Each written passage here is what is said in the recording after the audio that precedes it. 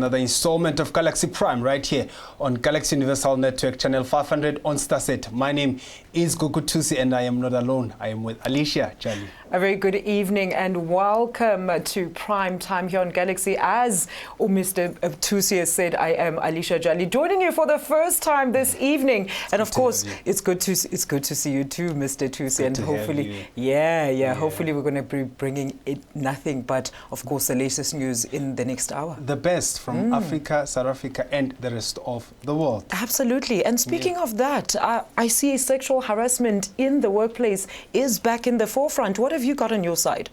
I have Agrizi and Smith back in court again today. Yes, everybody went to court today. Everybody went to court. It was a court day today, yeah. Oh my goodness. I mean, from South Africa and in Malawi. In Malawi as well. And we're closely following those court renditions of, oh my goodness, it's literally becoming some court and circus drama in some of the deliberations that have been coming up. So all of that and more coming up. But right now, let's start with the program officially. Do continue to also engage with us on our social media platforms. We are Galaxy Universal Network on Facebook. We are GUN_TV_ on Instagram and on Twitter. With that being said, let's get to our top story. The former chair of the Correctional Services Portfolio Committee, Vincent Smith, and the former BUSASA COO, Angelo Agrizi, were back at the Palm Ridge Magistrates Court today in the east of Johannesburg in connection with the fraud case. Smith stands accused of accepting gratification from the BUSASA in a form of security upgrades to his home and cash to his company, Euroblitz. Well, this is an exchange for shielding BUSASA from scrutiny for allegedly corrupting correctional department officials to enable the company to win billions of rand in contracts. He was allegedly paid at least 670,000 rand by BUSASA over 3 years and accepted security installations at his home valued at 200,000. And the case has been further postponed to the 28th of May 2021 due to Agrizi's ill health. Angelo Agrizi's lawyer said that the former BUSASA COO is not well, and that is why he could not attend court today. Well, Agrizi was meant to appear in court alongside Vincent Smith.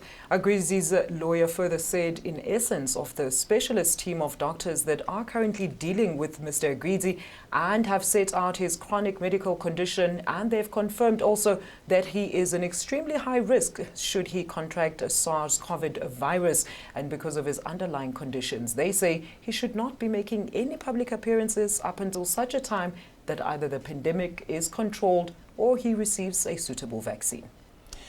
Agrizi again with a health condition, but we're hoping that the medical team will be able to, intervene and make sure that he, he's well for the next appearance. I mean, we remember the last time he actually appeared in court, he actually had his medical device alongside him. Not a very nice sight to watch, especially for an ailing man, I mean, to deal with the stress. But of course, there are those questions and, notions that, maybe he could be wasting the court's time and so forth. So maybe we should be looking further into that as well. We are looking further into that. I mean, the social media was buzzing as to say, is he really sick or it's just a delay tactic? Because if push comes to shove, due to his health, I mean, it's a constitutional right to, evade from this particular. Well, I wouldn't like for him to be acquitted solely based on the fact that he's sick. He must just get well and face the music. Well, we've seen quite a few people also being accused of using the same tactic. And I mean, a lot of people were following on them, GUGU, saying to them that, this is just a ploy to waste the court's time to ensure that, people are not accounting for whatever mistakes. So I'm saying that, Mr. Agrizi, please feel better. Even if we do, there's video link now. You can literally do your Zoom court appearance on Zoom. So why not? Why should he not be afforded the same, the same principle and right as well? There's one time we interviewed a lawyer, and one thing he narrated was that the arm of the law is very long. It is very long. It will find you when it needs to find you. Still on the court case that took place today, the Economic Freedom Fighter leader Julius Malema and the EFF Member of Parliament Mbuyiseni Ndlozi returned to the Randburg Magistrates Court today. They were facing charges of assaulting a police officer, Colonel Johannes Venter. Well, the incident happened during the funeral of Winnie Mandela back in 2018.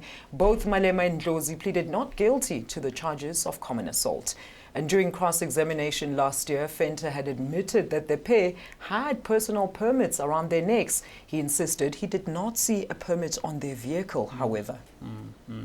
And we also had the AfriForum's head of policy, Ian Rose, explaining that the civil society organization ended up taking on the Malema case and Ndlozi, giving reasons rather why the organization they took the matter to court. Yes. So let's have a look at those remarks.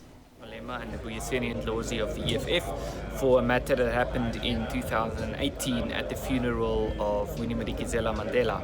And the reason why AfriForum is involved is because the matter initially did not make any progress. It was clear to us that the prosecuting authority seemed not to have the intention to prosecute, after which AfriForum's private prosecutions unit wrote to the prosecuting authority indicating that if there's not a prosecution in this matter, then we would prosecute, then we would have a private prosecution.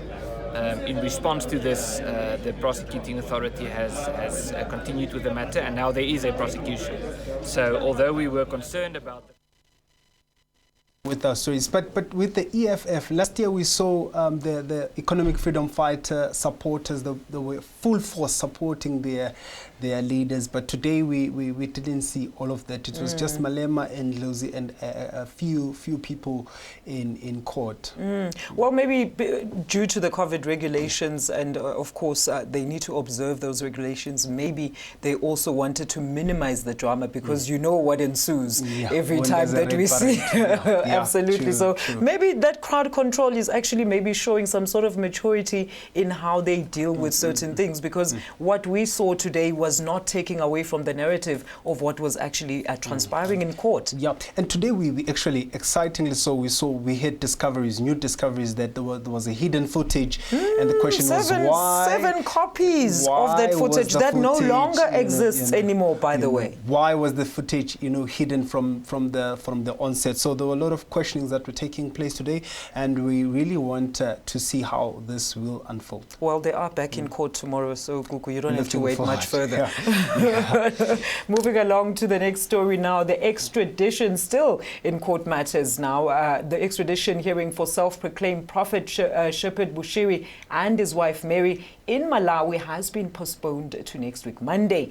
The Bushiri's legal team made an application for the recusal of the magistrate in the case, citing evidence bias.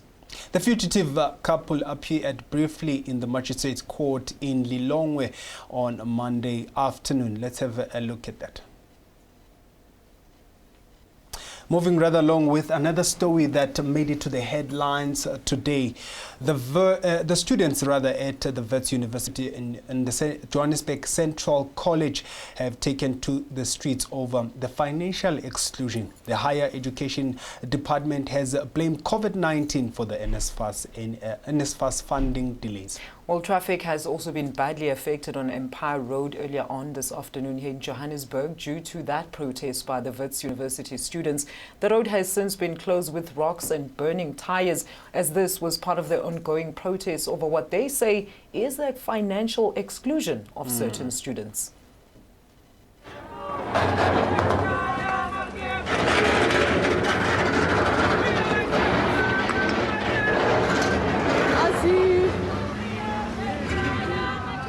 Are we not blocking up this side? Furthermore, the Wits SRC President Mpendulo Mfeka says they will not be deterred after their protest calling for financial excluded students to be let back into the institution, and the protesters were dispersed by police using rubber bullets and stun grenades, and one student leader was arrested.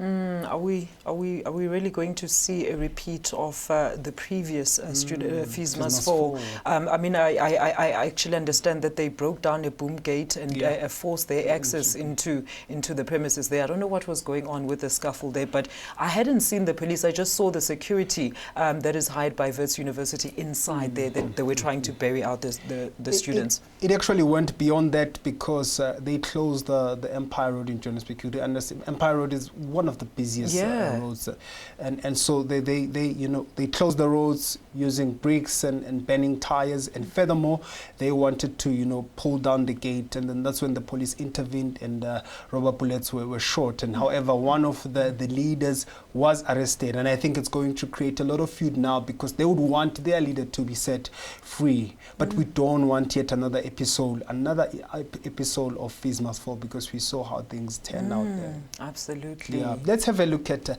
those some highlights from that.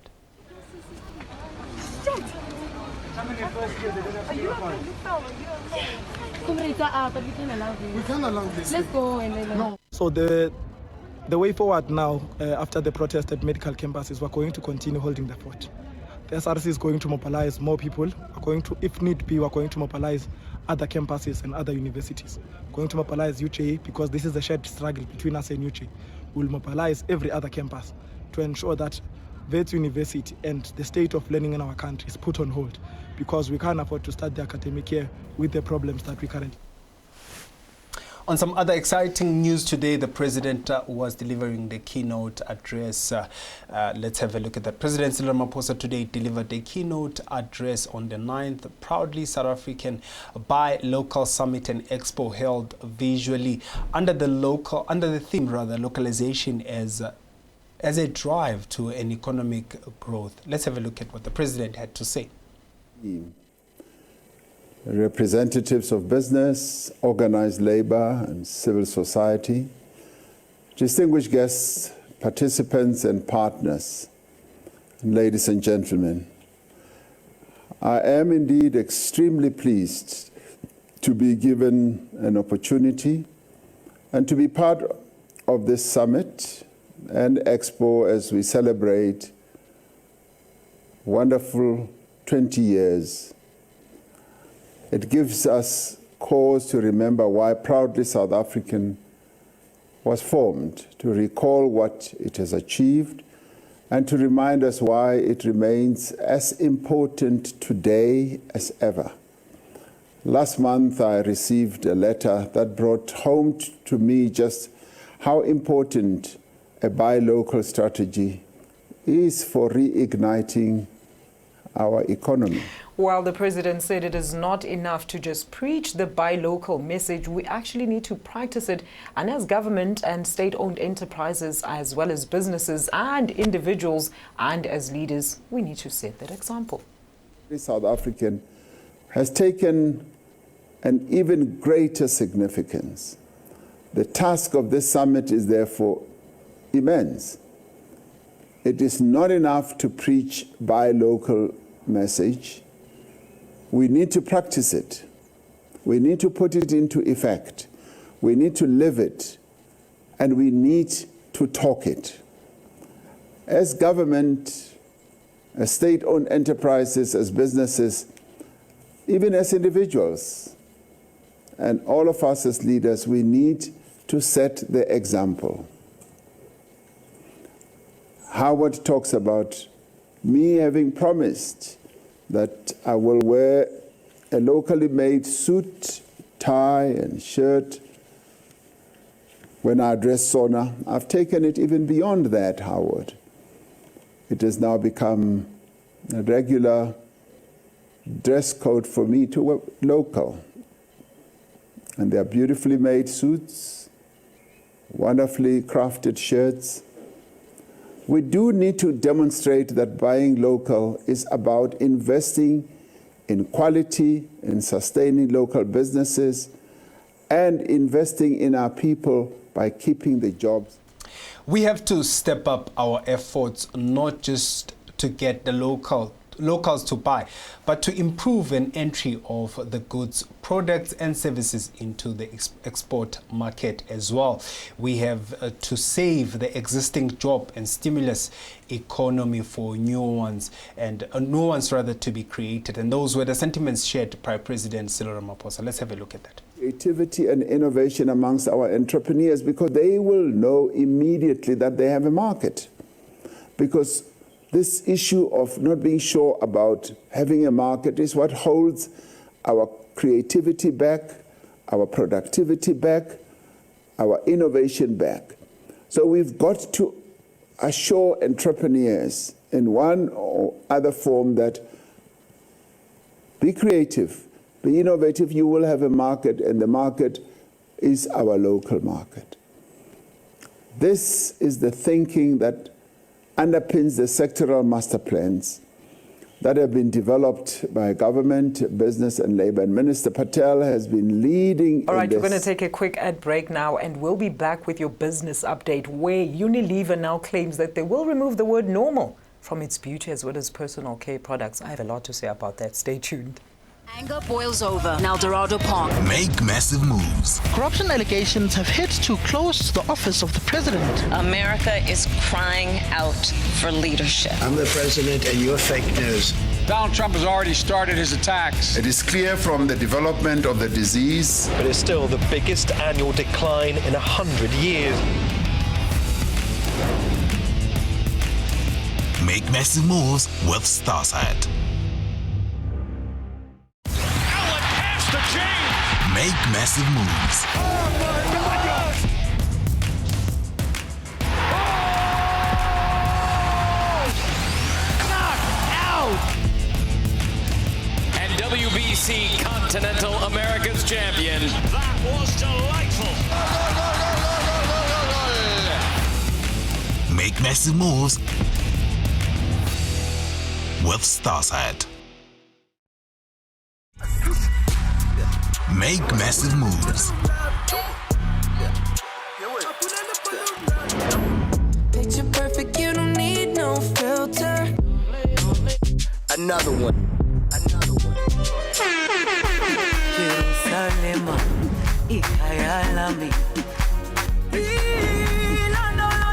Make massive moves with Starsat.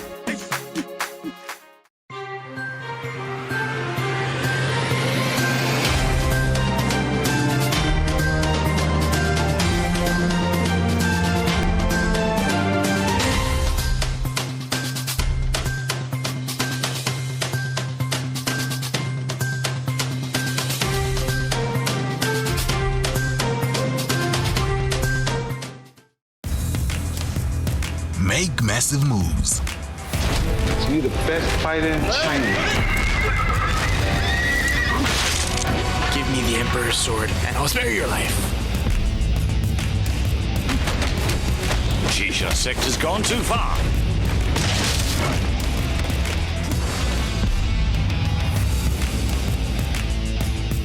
Make massive moves with Starsat.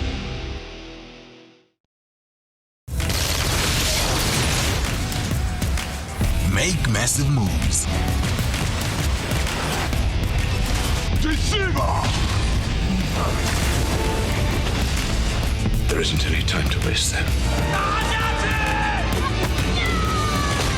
We can't save everyone in this war. One moment, that's all we got. You're locked in here with me. Make massive moves with Starsat. This is just the beginning. Make massive moves. Get out! Get out of this place! I love you. Do you love me? Yes. I like this. Someone stole from me yesterday. It was not my fault now. Eh?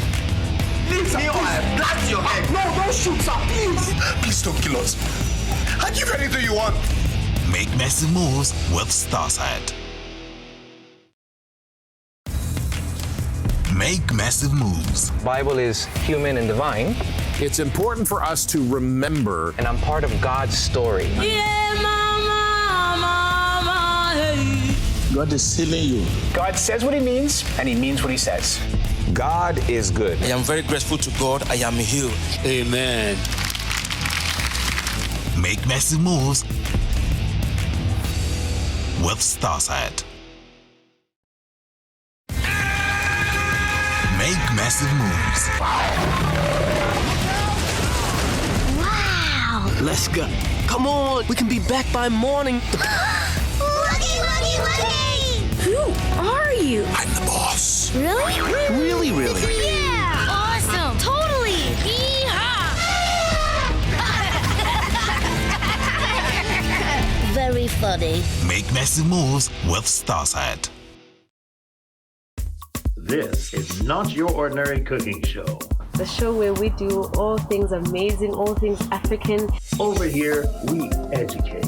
Avocado seed, it lowers cholesterol, controls blood sugar and blood pressure. We heal. Impepho is good for the immune system as well, because here cures sugar, the blood sugar, blood pressure. It's all about organic conversation. So in here you've got yourself a nice vitamin C, you've got garlic, which is your natural antibiotic. Oh wow! I can't wait. Great one. We entertain.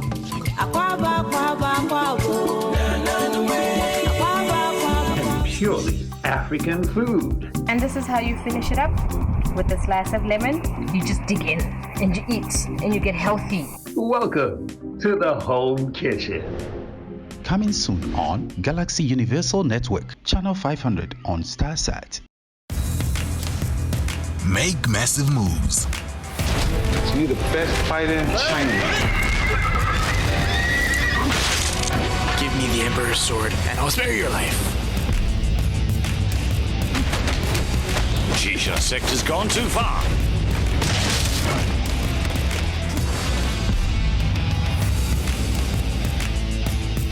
Make massive moves with Starsat.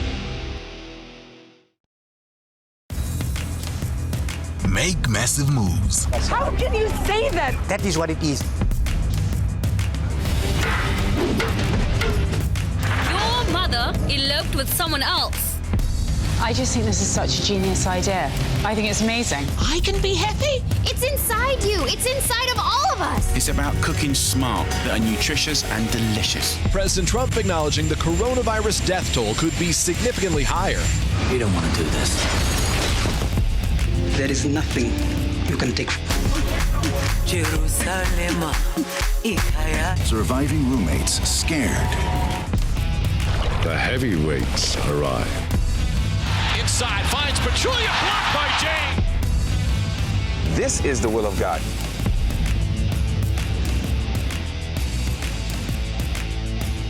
Make massive moves with Starsat. Make massive moves. Deceiver! There isn't any time to waste then. We can't save everyone in this war. One moment, that's all we got. You're locked in here with me. Make massive moves with Starsat. Make massive moves. Picture perfect, you don't need no filter. Another one. Jerusalem.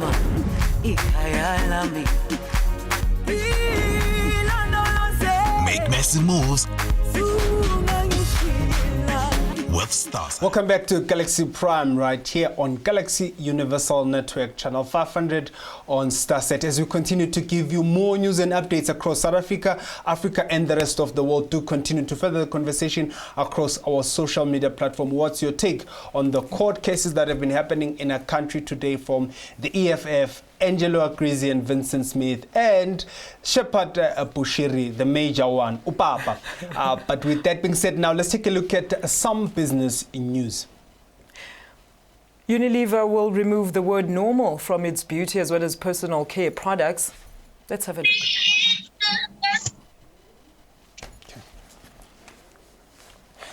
Stats SA has announced that South Africa's economy grew by 1.5% in the fourth quarter of 2020, giving the annualized growth rate of 6.3%. Well, the rand was trading at 15 rand 43 cents against the dollar today, 18 rand 29 cents against the euro, and 21 rand 41 cents against the British pound. Unilever wants to become more inclusive.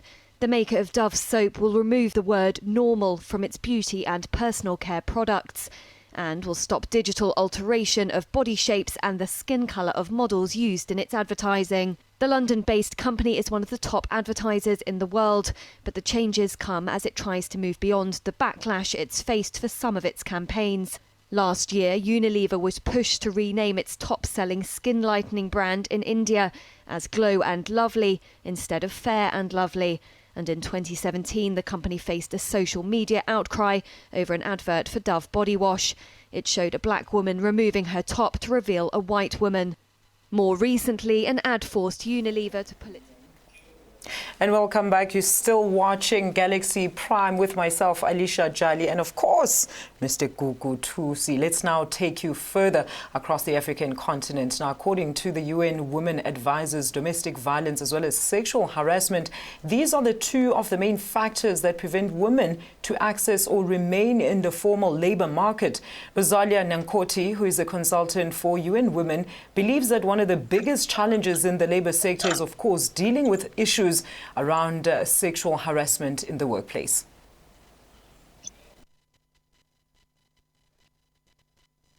Edna Makasi is a 35-year-old vendor at the Asa Aranka market in Luanda.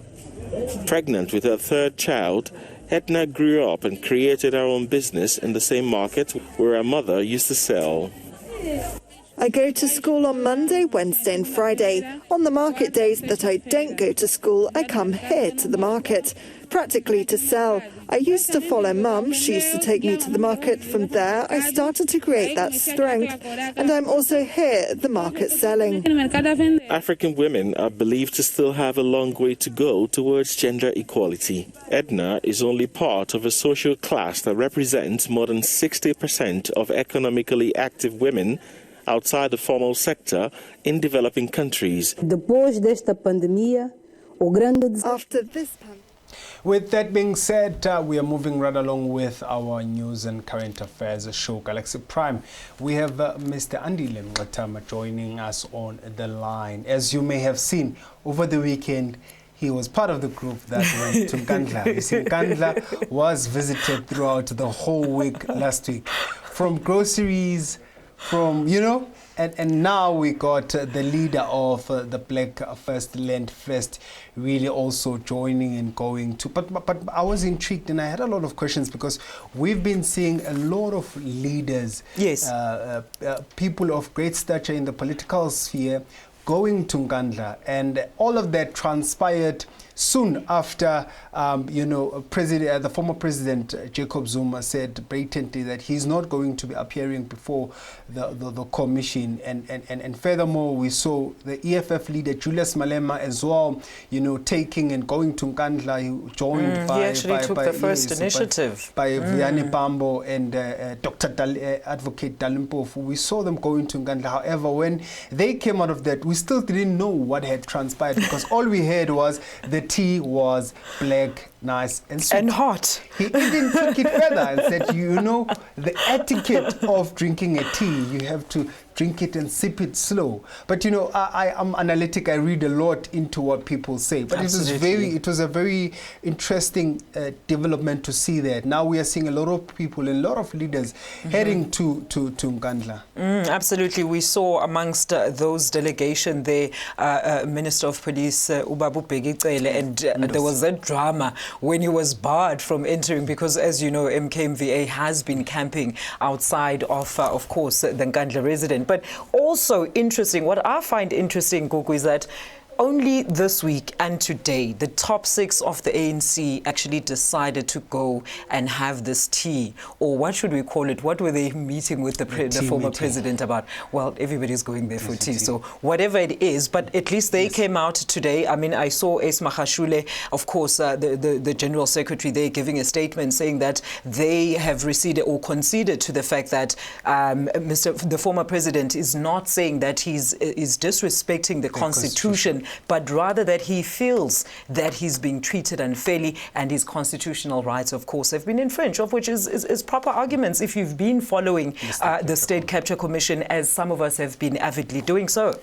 And looking at this, it was very interesting to see that the person who came out and said Zuma must fall, Zuma must step down, was the first one to take the baton. Was the first one to even go to Nkandla. And after that, let's take an analytical view of what Vianney Pambo said. Vianney Pambo said the tea was hot, it was black, it was hot, black and sweet. Malema said in a Twitter that the meeting was for only blacks. He was telling another member of the ANC. Looking at that, the tea was hot, it was black and sweet. Hot, it was an argumentative expression, and it was sweet. He says it's what happens when black folks sit together and have tea. It's like the norm. And then he says it was sweet. In other words, he finally came to an understanding. It was very interesting to see that. And then Ndosi went there, and the MKVA said, "You can't step in here," and eventually Gordon. But as well, after that, he had a press briefing where he said he went actually to Nkandla to kind of eliminate what could transpire. So he did not get into detail, but it was very interesting to see all these developments. And last week we saw Mahmoud Tutumien as well going there, donating food parcels, or should we call them food parcels? Well, she donated food, because there's an influx of all these guests that are coming there. I'm actually starting I'm having FOMO. I'm having FOMO because I don't know what's going on in Nkandla. But his statement was very interesting, because he said, "We know that you don't have mining shares in any mine." Yes. I was like, all right. He said, "We know that you're an elderly person and you don't have any mining shares." It was very interesting to see all of those. Very interesting to see. And I'm just wondering what the outcome is of all these visits there, especially the ones that have not been reported back by. I mean, we know that, of course, Minister Begicele went there. We don't know what happened. We know that Mr. Malema, Claudi was there. Even some Kwaito stars are also going there. It looks like it's the place to be. But I want to find out from the leader of the PLF, why was he in Nkandla? I mean, he's the one person that I feel will give us a bit of context as to why was he in Nkandla, and whether or not the tea was sweet, black, and of course hot. Before we go to the ad break, the question still stands: did the NEC wait too long? Yes, for them to actually go to Nkandla. Absolutely, I feel they should have led by example and been the first ones to say, listen, in matters related to the Constitution and how, if you feel that you've been mistreated, then this is the way to go. How do we assist in making sure that we get to the bottom of those issues, instead of waiting for everybody else, some others that have been even considered political enemies, to go there and make peace and come back and say, you know what, we had tea and it was nice. And now I actually think the whole secrecy around the first visit there by Malema is actually what constituted what we're seeing now. Absolutely. With that being said, do continue engaging with us on our social media platforms. With that being said, do stay tuned. We'll be back after the break with more news and updates across South Africa, Africa, and the rest of the world. Anger boils over in El Dorado Park. Make massive moves. Corruption allegations have hit too close to the office of the president. America is crying out for leadership. I'm the president and you're fake news. Donald Trump has already started his attacks. It is clear from the development of the disease. It is still the biggest annual decline in 100 years. Make massive moves with Starsat. Make massive moves. Oh my God! Oh! Knocked out! And WBC THUSI Continental America's champion. That was delightful. Make massive moves with Starsat. Make massive moves. Picture perfect, you don't need no filter. Another one.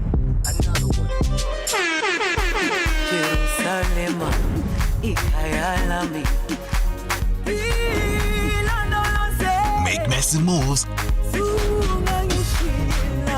with Starsat.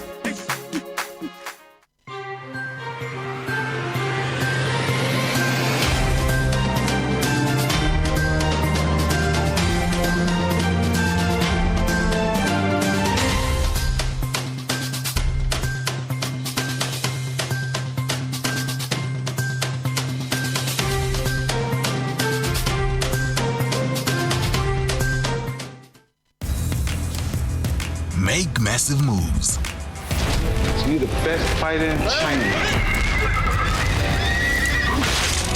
Give me the Emperor's sword, and I'll spare your life.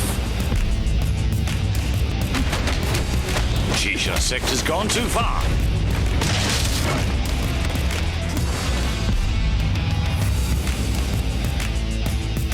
Make massive moves with Starsat.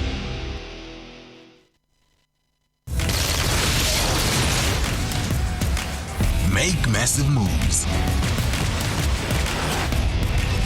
Deceiver! There isn't any time to waste then. We can't save everyone in this war. One moment, that's all we got. You're locked in here with me.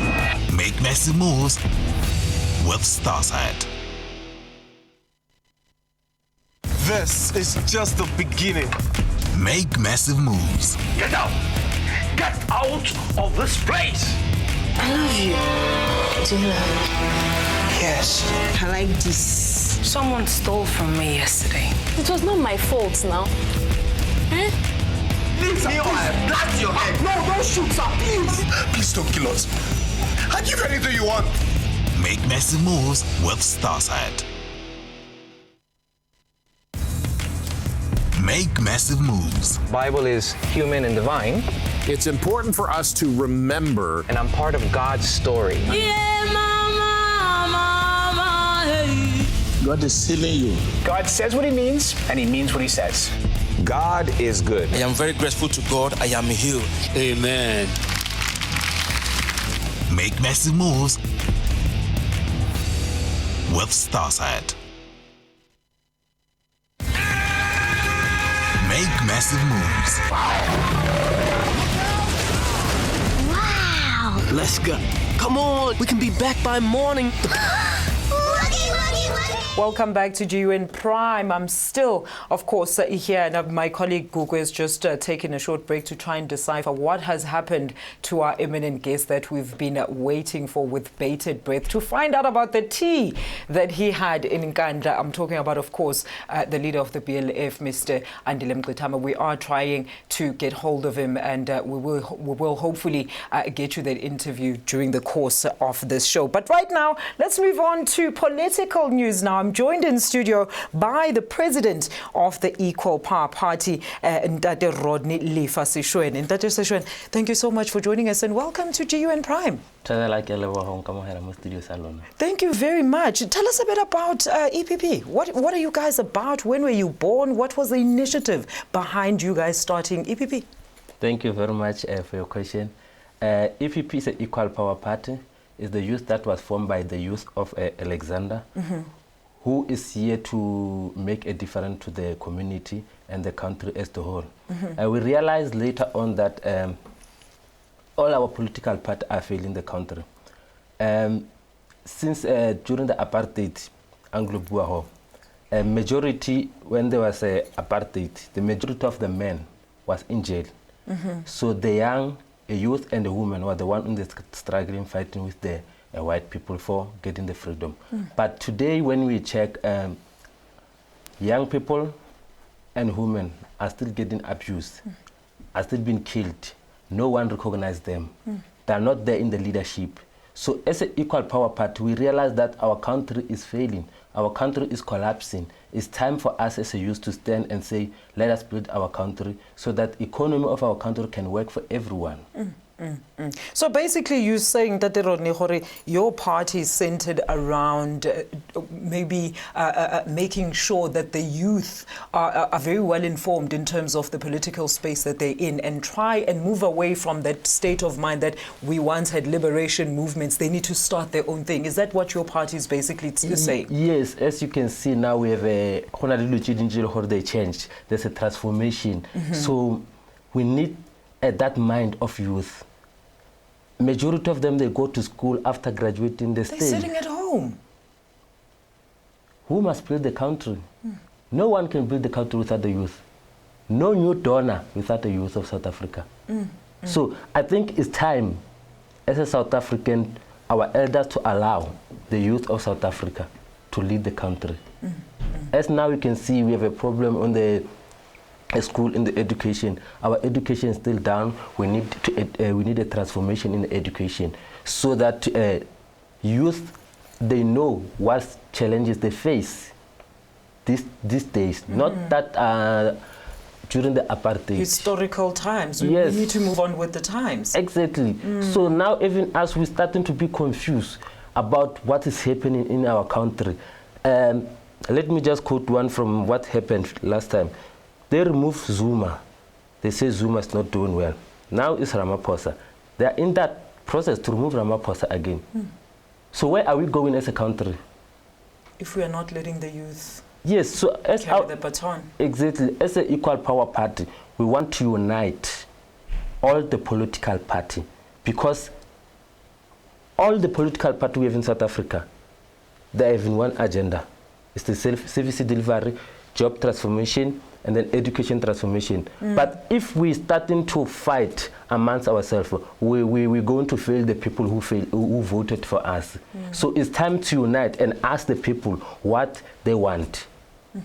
So as an equal power party, we feel that it's time for youth to lead this country. I mean, speaking about that, then let's talk about what constitutes your policies as a party. I mean, let's talk about right now, you've just said the main focus is, of course, the youth. And of course, the word that I keep hearing from you is transformation, transformation, transformation.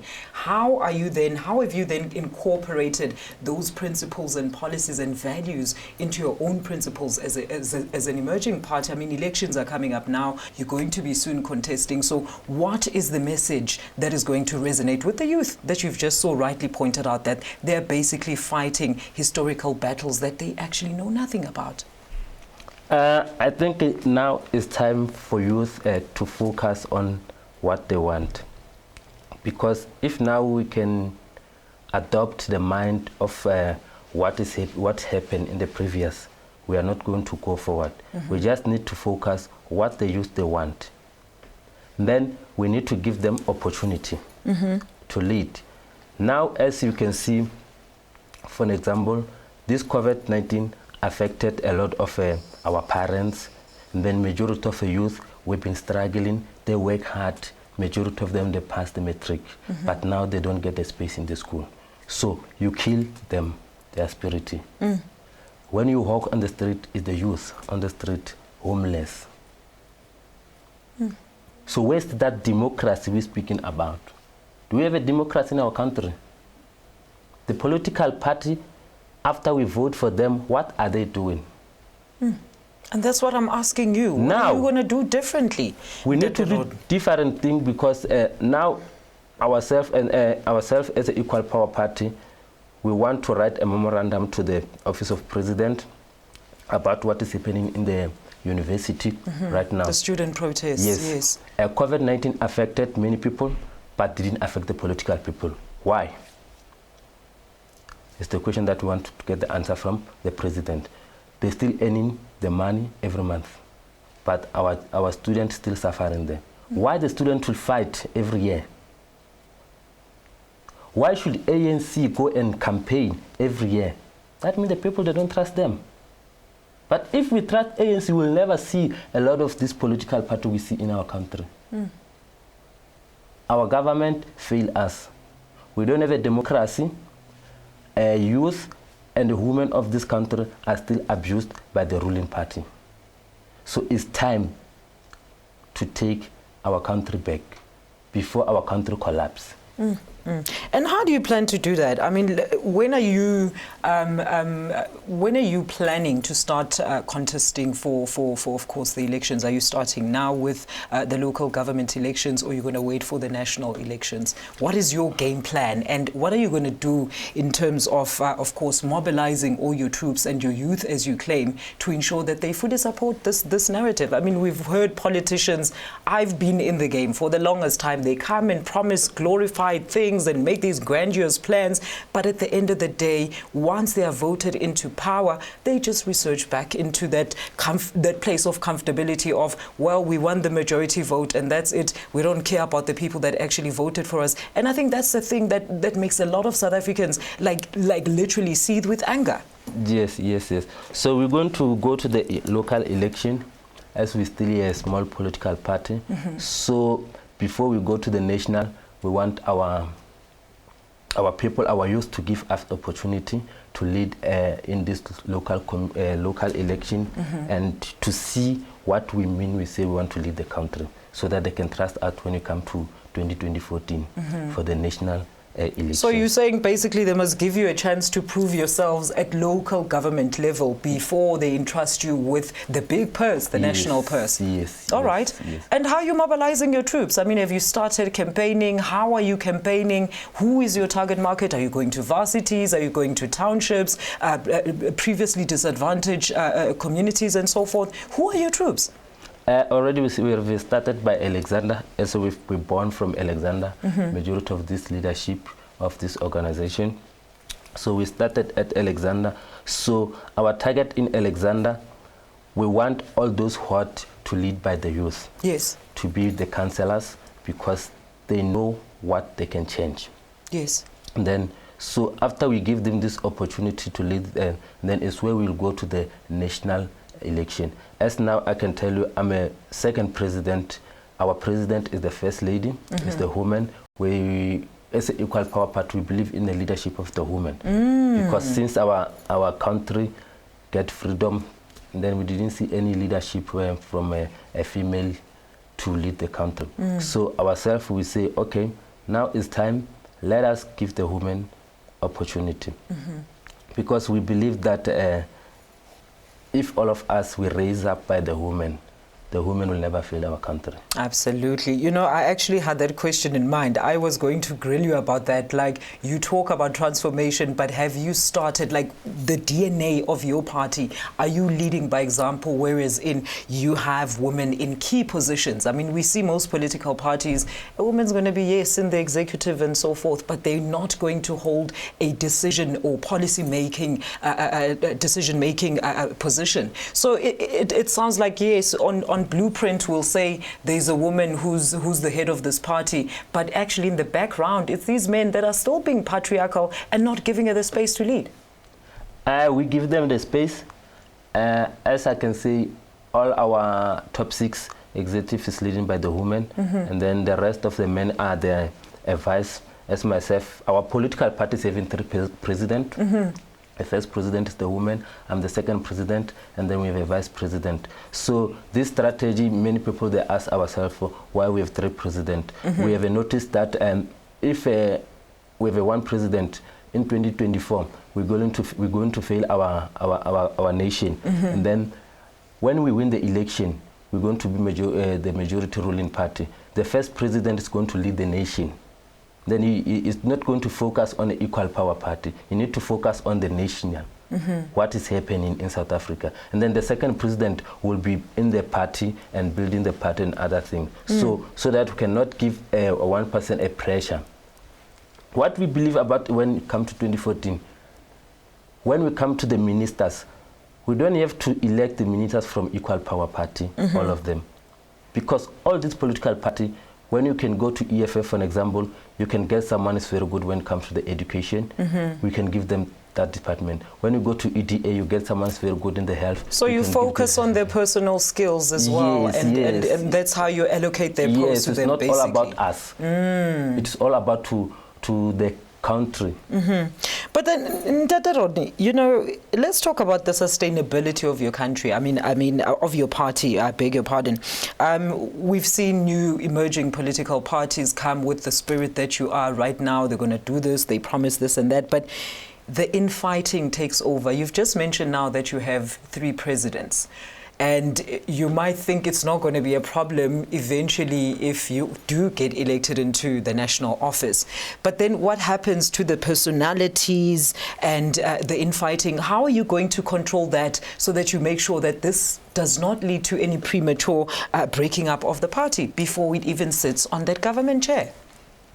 I think the team that we have, we understand what we need. It is not all about to get position. It is all about to give back to the community. All right.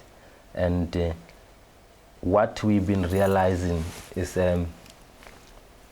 if we can focus on the country, the problem of country, and leave positions, money, individuals. You understand?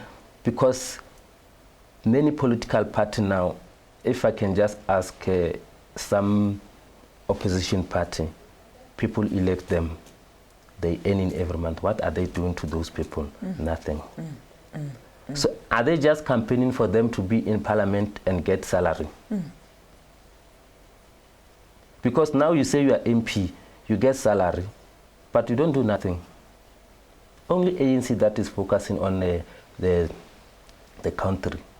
But if we can come with a rule that we say, according to the percentage that a political party get the seat, those old people, there's no need to say you are MP, you just getting a money because you're a member of parliament. You must occupy the position, whether it's provincially or nationally or locally. Okay. Then when you start to count that money, that means whatever the scholar to sell our government, we can reduce that, and then we can take that money, we invest in the health, in the education. So you're basically saying you are going to have only the key ministers or MPs, members of parliament that you need in parliament should you go to the executive, of course, the National Council or Assembly, and you won't take everybody else who's just there without a title and doing nothing and basically capitalizing on money that you're doing nothing for. Exactly. Because everyone, when you go there, they elect you. So if EFF they have a 30%, they're going to get a 10 seat. All those 10 seats of people, they must occupy the position, whether it's national, provincially, or local. Then we must separate. If we give them, we say, okay, you are the second party, opposition, we give you this department, we give you the home affairs, we give you the health. You must occupy all those positions. Not only that the ruling party occupy all those positions, we always blaming one people. When sometimes they try to tell, to show us what they want to do, because we want to see them to make the mistake, we argue. Then even them, they lose focus. And then it's delaying who? The people of South Africa. Yeah.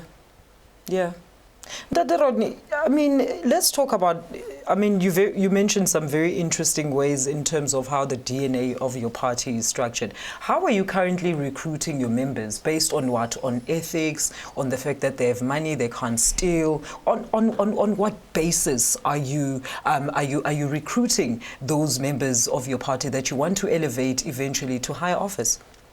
When we do our mobilizing, we want to give our people power. If, for example, if we go to the 2024 election, there's someone say, no, we see this one can be a candidate for a president. I don't have to fight for that. We need to give that person opportunity. All right. It's not all about me. All right. It's all about the people of South Africa. It's all about the people of South Africa. Unfortunately, we're going to have to leave it there. Thank you so much for joining us and coming with these fresh ideas. Can I just promise you something? God willing, if I'm still around after the local government elections or the national elections, I'm going to bring you back to studio and we're going to remember this conversation and I'm going to say to you, let's look at what you've done. First of all, congratulations and so forth, but let's look at what you've done and did it go the way that you were intending right here today. But we wish you the best of luck with your new party and of course hopefully your recruits are going to be there out and joining you in numbers. What is the recruitment process? Just a quick one before we go. Where can members or aspiring members actually go and get more information as to how they can join the EPP? Right now we are in Alexander, and then you can get us our Facebook page. It's a Equal Power Party. And then Twitter as well is an Equal Power Party. And then you can just send us an WhatsApp on 072 4650238. 072 4650238. All right. Ndate Rodney Lifasi Shweshwe, the second president of the Equal Power Party and the first president, as you so rightfully mentioned, is a woman. I would have liked to interview her, but anyway, you did a great job today. We're going to take a quick ad break, more news, and of course, your breaking stories coming up shortly after this break. This is GUN Prime Time with myself, Alisha Jali, and of course, GUGU should be joining us in a few seconds. Don't go anywhere. Anger boils over in El Dorado Park. Make massive moves. Corruption allegations have hit too close to the office of the president. America is crying out for leadership. I'm the president and you're fake news. Donald Trump has already started his attacks. It is clear from the development of the disease. But it's still the biggest annual decline in 100 years. Make massive moves with Starsat. Make massive moves. Oh my God! Oh! Knocked out! And WBC Continental America's champion. That was delightful. Make massive moves with Starsat. Make massive moves. Picture perfect, you don't need no filter. Another one. Jerusalem,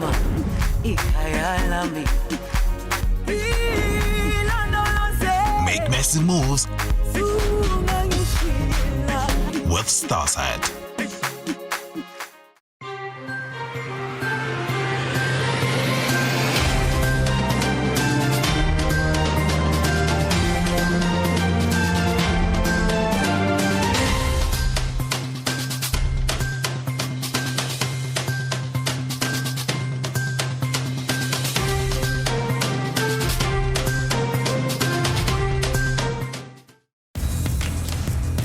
Make massive moves.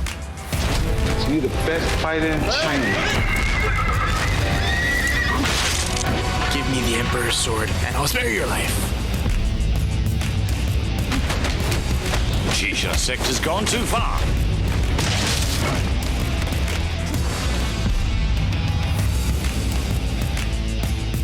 Make massive moves with Starsat.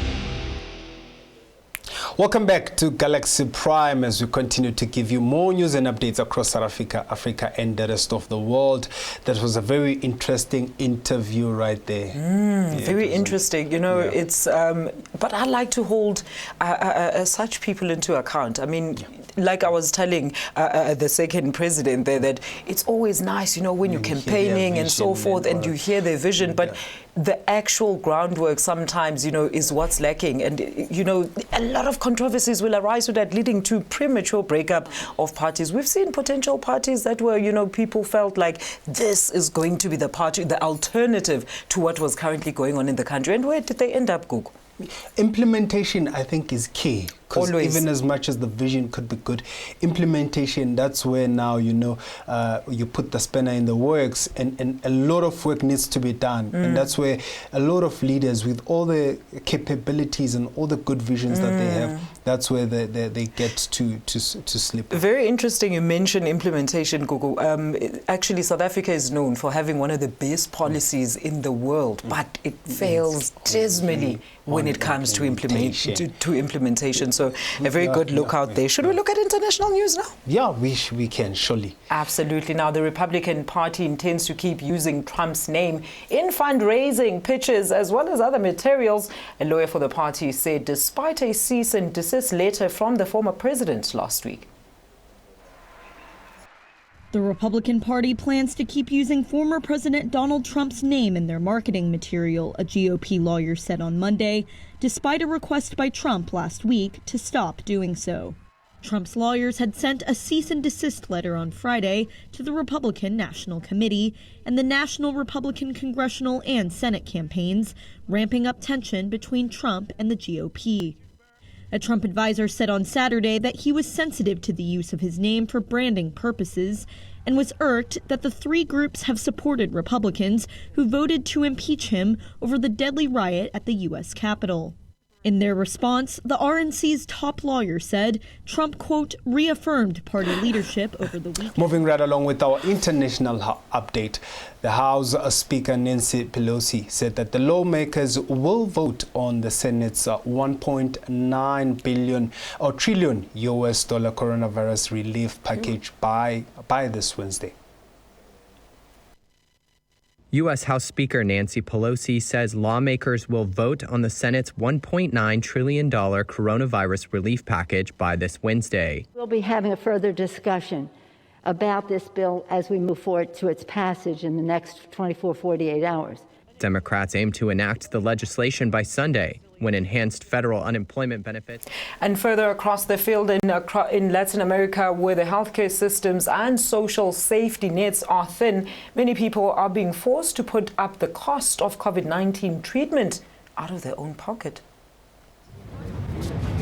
Sandra Contreras is wiping away tears outside a hospital in Lima, Peru. It's not just because her mother is inside, deeply sick with COVID. It's because to pay for the treatment, she's become so desperate that she may need to sell her own house. And she's not the only one. Across Latin America, where healthcare systems and social safety nets are thin, many people are being forced to put up the cost of treatment out of their own pocket at astronomical cost. I've pawned all my things. I've been left without work. I told my siblings, what do I care if we have to sell? Twitter users fired back at the Burger King after its UK division tweeted, "Women belong in the kitchen" on International Women's Day. Burger King was grilled on social media Monday after its UK division tweeted this on International Women's Day: "Women belong in the kitchen." The faux pas was followed up with an attempt at an explanation when Burger King UK then tweeted, "Only 20% of chefs are women. We're on a mission to change the gender ratio in the restaurant industry." But the damage was already done. Twitter users fired back. What do you feel about that Burger King announcement that women belong in the kitchen? It's not sitting well with me. I think we are going back to Timbuktu. It was not a wrong. It was a wrong tweet. Whosoever did that needs to be held accountable. All right, let's move on swiftly across now. We're still looking at your international news now. Amid the ongoing tensions in Southeast Asia, Sister Anne Rose Newtong, a nun from Myanmar, kneeled before police officers in the city of Mikina to ask security forces to refrain from using violence against children and residents.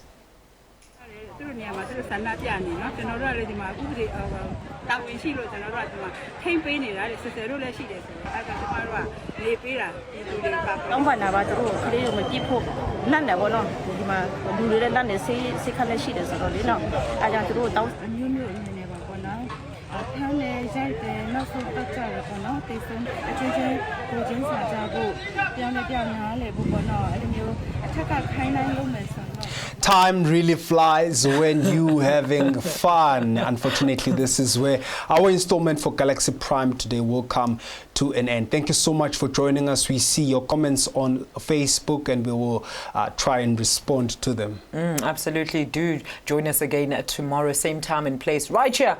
It is channel 500 on Starsat. I'm Alicia Jali and he is GUGU THUSI. Up next is the one and only, the controversial J Maponga. Do stay tuned. Good night.